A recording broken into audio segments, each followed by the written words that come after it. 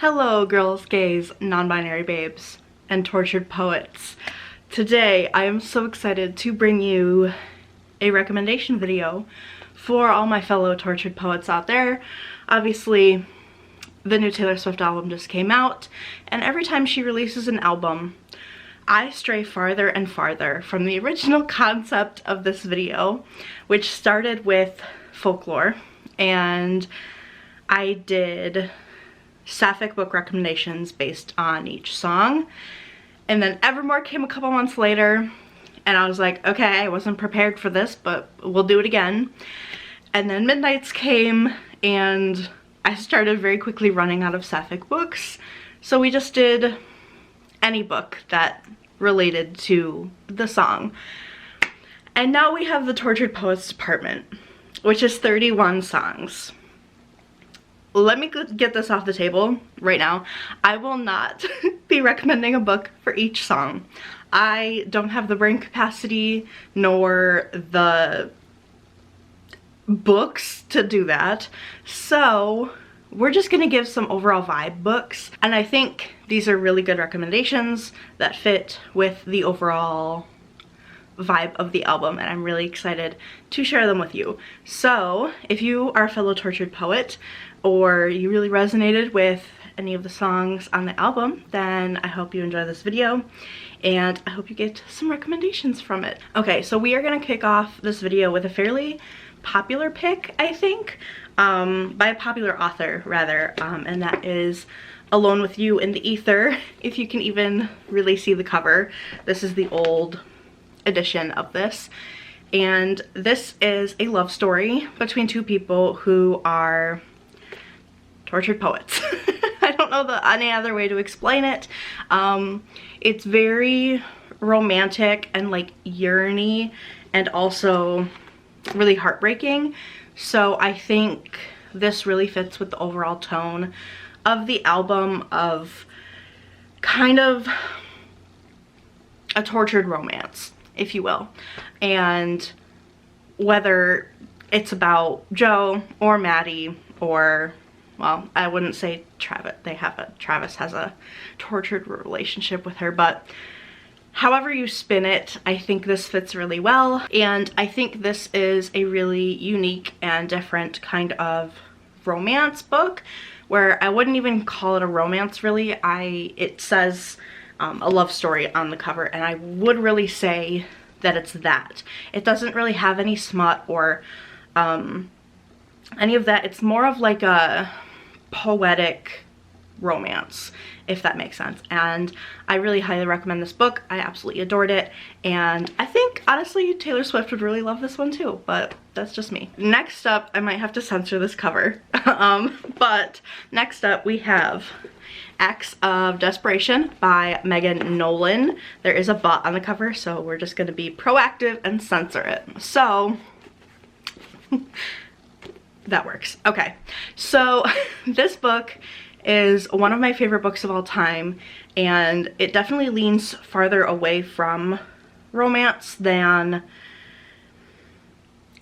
something else. I don't really know how to explain that, but this is about a woman who is in love with an older man, and they are in a relationship, and she is obsessed with him.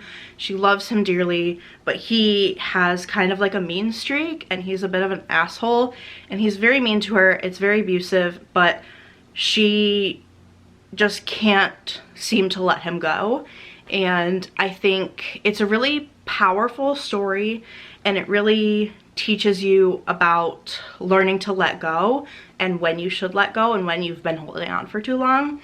And I think this fits really well with the Tortured Poets Department, because it is a tortured story, and it is beautifully written. It is very poetic, and I just love this book so much. And if you don't want an edition with a but on the cover, there are other versions, but this is just the one I happened to get. So yeah, really love this book though, and again, I think Taylor Swift would love it, and so would any other tortured poet out there. Okay, now we're gonna get a little bit more what's the word, literal, and I have to recommend All's Well by Mona Awad. This is set in a school. The main character is a professor who teaches theater, and she has chronic pain, and she is putting on Shakespeare's All's Well That Ends Well, but she faces a mutinous cast hell-bent on staging Macbeth instead. And there's like a whole kind of paranormal aspect to it. Very, very good. Love it, love it, love it. This, again, more of a literal sense of the tortured poet, because we quite literally have a tortured theater professor. So I think you guys get my drift. I'm pretty sure this one's fairly popular, so you might have heard about it, but I had to recommend it nonetheless because I really think it fits with the overall theme. And I mean, that cover, that might as well be the Tortured Poets Department cover. So I just had to recommend it. It was a lot of fun. I really liked it, and yeah. Next is another somewhat literal version of the recommendations, but also metaphorical too. A little bit of both. But that is The Invisible Hour by Alice Hoffman. I've really been getting into Alice Hoffman lately, and I've been loving her books, and this one I read very recently and I adored it. This takes place in 2 time periods.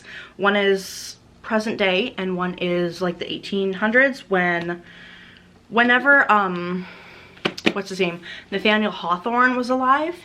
And it's about this girl who escapes a cult that she was born into, and she becomes really fascinated with the Scarlet Letter by Nathaniel Hawthorne, and then she becomes enamored by him in the end as well.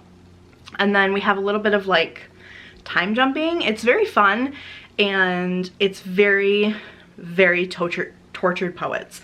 I really can't say anything else about it. It's very emotional and raw and heartbreaking but beautiful, and it's everything that the album is. So I would highly recommend this one, especially if you're a reader. I mean, if you're watching this video, I assume you're a reader, but if you love books, then this is a good one to read, and I can't recommend it enough. It is just fantastic. The next book is, again, fairly literal, but also a little metaphorical, but this is more of a prosy kind of book, so I'll explain. That is Sirens and Muses by Antonia Angress. This is a sapphic book, so we haven't strayed too far from the original video idea, but this one is, this one takes place in an art school in New York, I believe. Yes. During Occupy Wall Street. Yep, it is in New York. Okay, so we're at an art school in New York. These people all consider themselves tortured poets. But we have a romance between our main character and another artist, and there's kind of a rivalry going on between more artists, and it's very kind of political, but also it's more about art and beauty and being a tortured poet or a tortured artist in this sense. But I adore this book. I need to do a reread soon because it was so phenomenal. The writing is just so gorgeous. It's one of those books where you finish it and you just kind of have to sit with yourself and think about it. It's very beautiful and very deep and romantic, and also a little heartbreaking as well. And once again, that is exactly what the Tortured Poets Department is, so of course I had to add this one to the recommendation list. It is fantastic, and I think if there's any book on this list that you read, it would be this one that fits the theme the most. And if not, I would say the next one, which we will get into now. And the final book, obviously, we have here is one that, of course, I had to recommend in this video. It is one of my favorite books of all time. If you've been on my channel, you might know what book I'm about to hold up, but that is Cleopatra and Frankenstein by Coco Malors.